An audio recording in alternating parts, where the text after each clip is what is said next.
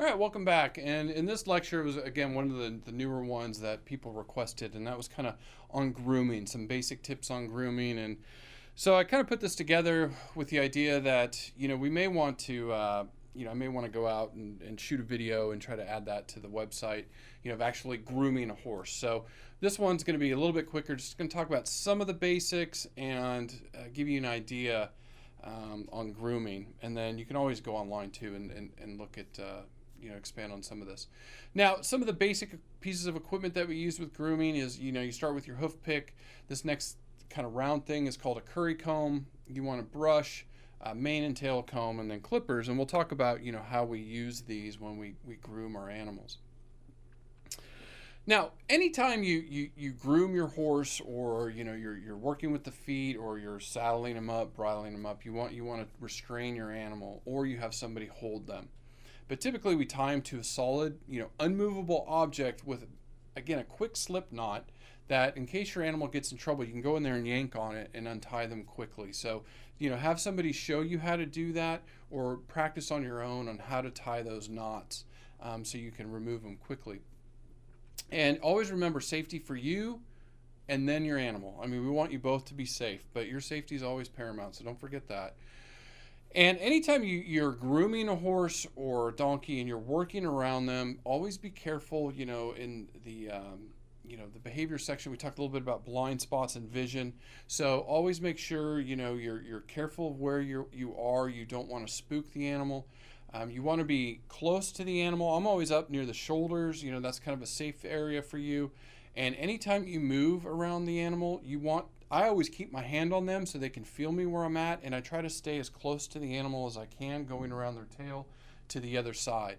If you come up behind them, or you're in their kick zone and they can't see you and something spooks them, they may reach out and kick you, and that could really hurt you, really bad. So be very, very careful of that. And again, that equine senses lecture, we kind of cover, how these animals see. Now, we always start with picking the feet, and we covered this in the hoof care lecture, so you may want to go back and review that. But this is something you should do every day. And again, just to reiterate, when we pick feet, we always start at the heel and go to the toe with the hoof pick. So don't need to go into too much detail with that. But again, that's when we groom our horses, we always start with the feet. Now, when it depends on how dirty your horse is. And I've seen horses come in, you shake your head and you're like, oh, this is going to be a long time to groom you, because they got mud caked all over them. It had been raining, they rolled in it. And so it's going to take a while to groom them if you don't bathe them, which we'll address at the end of this lecture. So what we do use is a curry comb, and a curry comb's hard rubber. So it's really good at removing dirt and debris on that coat. And what we do is we use it in circular motions. And there are some other considerations with this. So usually we start on the neck, and I imagine it's almost kind of like a massage for the horse. So it's good.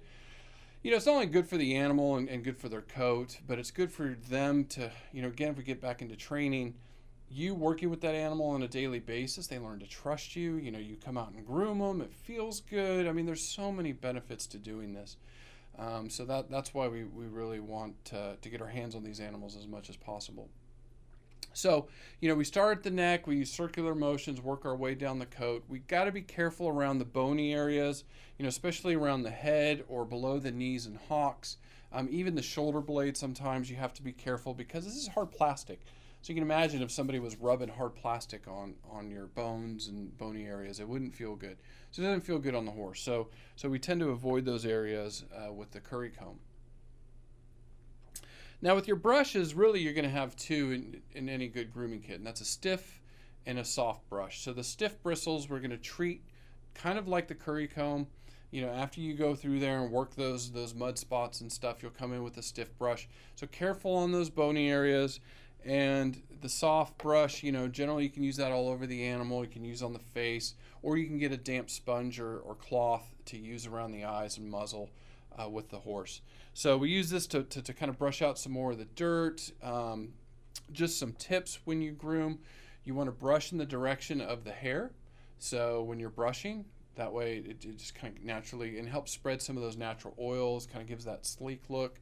And then once you're done, you can use a grooming cloth or a towel and then get some of that extra dust off the horse, and they'll look really nice. And then I'll tell you what to do. They'll go out and they'll roll around in the dirt. It happens every time. You groom them, you do this wonderful job. They look spectacular. You let them out, and the first thing they do is go roll in the mud. Oh, well. So the mane and tail, we do have to pay particular attention to that too. You can see in this image here, you see these in horses that, has these tangles. Drives you nuts when they get that, and that's why we want to make sure we want to make sure we take care of their manes and tails on a daily basis to avoid those tangles. Again, this is not something you want to just get a comb and go out there and just start brushing and pulling and yanking on the hair, because it's going to hurt the horse. Negative experience for the horse, so they negative experience with you, and it's not the proper way to groom them. So what you want to do is carefully work out those tangles. You can work it with your fingers. If you do brush, start at the base of the mane or tail, work your way up.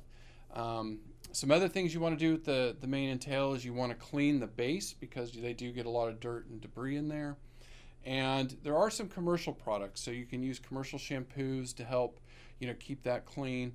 And then there's these detangler products that do help, but you have to be careful that you don't overuse them, because they can break down the hair itself and make it really brittle. So be very, very careful using that, but they can help with that. And what I like about it is I've look at some images online. You're trying to find people combing tails, and what I really like is this young lady is standing to the side of the horse. Somebody's holding the horse. I've seen some people standing right behind the animal, working on the tail. Be very, very careful doing that. Again, if they kick, they could strike you. So again, safety for you and your animal. Now, the next thing is bathing, and there are some people out there that believe you shouldn't bathe your horse because it's going to remove the natural oils, which, there's some validity to that. They develop these natural oils, and they don't necessarily need a bath all the time or even often at all. But if you have an animal that you're riding a lot, they're athletic, they're involved in a lot of strenuous activity, they're going to probably need a bath to get some of that, a lot of the sweat off the body. When I worked at a racetrack, it was one of the first things we did when horses came back after breezing and training. Always give them a nice warm bath in the morning, and then groomed them and put them back in their stalls. So something you just get to, and sometimes horses like it's fun playing with the hose and playing with you. Sometimes they figure out they need a bath themselves, so they'll jump into the water themselves. That full, I thought that picture was pretty great. One of the things to think about with the males, the stallions, the geldings, you do have to clean that sheath. I know it's not fun. It's not something people look forward to, but that thing needs to get cleaned because they do get a lot of dry skin and other problems in there. So make sure you do that. And the next thing was trimming. And so, thinking about this, it's like, how do you tell people how to trim a horse? One of the first things I can tell you is, if you are going to shows or events, make sure you follow their rules. And just to give you an example, AQHA has specific rules for each class at their events. And I found this one with the AQHA ranch riding. So with some of the things you have to think about is no hoof polish, no braided manes or tails, and they don't like it when you trim their ears. Okay, so certain events have specific grooming standards. So you want to make sure you read that up before you go in and you think you're doing everything right and you get disqualified and don't know why. So I'll put that out there. And clipping and trimming, it's one of those things that, especially show animals or for sales and stuff like that, you want a well-groomed horse. They look better, especially they do get whiskers. Those are things you want to trim, stuff like that. But one of the first things you want to do is train the animal to become accustomed to these clippers. And, especially when I was training a lot of weanlings, you introduce those clippers and it's like their eyes are huge and they're like, what are you doing to me? And they're freaking out. So again, just like anything with training, you have to introduce it slowly, get them used to it over time. I'd hold it on their neck and then work my way up to the ears until they allow you to keep it up there and they realize you're not going to hurt them. So very, very important. Just don't come at them with clippers if they've never seen it before, because they can kick, they can hurt you or hurt themselves. Always be careful clipping around the ears, and whenever you do clip opposite in the lay of the hair, so that way you can get a cleaner a clip. And then the other tip is if you're going to a show or a sale, you want to clip at least a month before. That way the coat can grow out a little bit and you'll get more of an even appearance with that. And just some more tips with trimming. You may want to bathe them first to kind of get some of that debris. Always start at the head. Clipping the ears and muzzle. Be careful about clipping ear hair too, because that ear hair is really important to keeping ticks and other things out of their ears. So I'd be very cautious on trimming up there, but sometimes you do clip the long hairs to give it kind of more even appearance. I've seen tips like you can use a number 10 blade. So whenever you're using these clippers, number 10 blade gives it kind of a nice even coat appearance. Also be very careful around thin areas, the joints and the knees and stuff like that, and the elbows, because you can clip the skin, which would be painful for the animal. There's these things called cowlicks and swirls. So here you've got to be careful clipping around that, because you get the swirl of hair, and how do you got to be careful trimming around that. And then different patterns, and you can go online and see some really cool ones. I don't know if everybody's seen the puzzle pieces on horses. People have cut different patterns in their animals. They look pretty cool. But different disciplines do trim.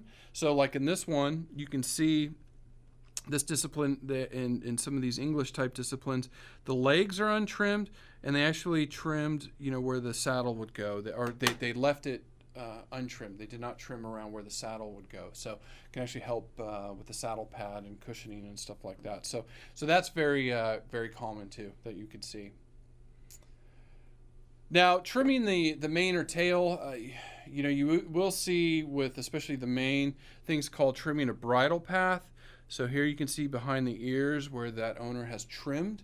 So the bridle sits up there and doesn't pull on their hair. And then also you'll see some animals that they'll actually, trim the mane, and they call that roaching. So certain disciplines do that, or certain owners like that look. They kind of like that zebra, crazy mohawk looking thing. So actually when I was working with cavalry horses, we actually, in training, we actually roached their mane. So it was something we did. Other things people will do is they will actually pull longer hairs out to kind of give an even appearance. So didn't have time to kind of talk about that in this lecture, but there are some good articles online that you can find out how to properly do this. You don't want to just go start yanking hairs, because again, it's like if somebody just started yanking your hairs, it would irritate you, and it's a little bit painful. So read up on how to do that. Now, how often should you groom? Well, my suggestions is check and clean them daily, check their feet daily, groom their coats. You don't have to do the whole, coot and caboodle. You can just go in and just brush them. And again, that's you connecting with your animal connecting with you. Very, very important part of horse ownership. So that's my tips. That's what I would do. And then anytime you're going to ride the animal, you want to groom them before and after. So, so many benefits to doing this. You're getting eyes on the animal, you're touching the animal, and that's why we own them, to connect. So that's my final tips for grooming, and I'll see you soon.